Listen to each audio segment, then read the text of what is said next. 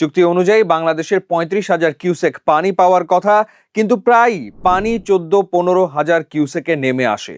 ১৯৭৫ সালে ফারাক্কা বাঁধ চালু করে ভারত। নির্মাণের আগে থেকেই আপত্তি জানায় বাংলাদেশ, কিন্তু বাংলাদেশের স্বার্থের কথা চিন্তা না করেই ভারত এ বাঁধ নির্মাণ করে। শুধু তাই নয়, এ বাঁধের কারণে প্রমত্তা পদ্মা নদী শুষ্ক মৌসুমে মরুভূমিতে পরিণত হয়। আবার বর্ষা মৌসুমে অতিরিক্ত পানি ছেড়ে দেওয়ার কারণে বন্যায় ভেসে যায় বাংলাদেশ। দীর্ঘ ২০ বছরের আলাপ আলোচনা, বিরোধ ও বিতর্কের পর ১৯৯৬ সালে ফারাক্কার পানি বন্টন চুক্তি স্বাক্ষরিত হয়। চুক্তিটি দুই দেশের সম্পর্কের একটা মাইল ফলক, কিন্তু বাস্তবে এর বাস্তবায়ন নিয়ে বিতর্ক রয়েছে। বিশেষ করে শুষ্ক মৌসুমে পানি প্রবাহ কমে যাওয়া এবং লবণাক্ততা বৃদ্ধির অভিযোগ আছে।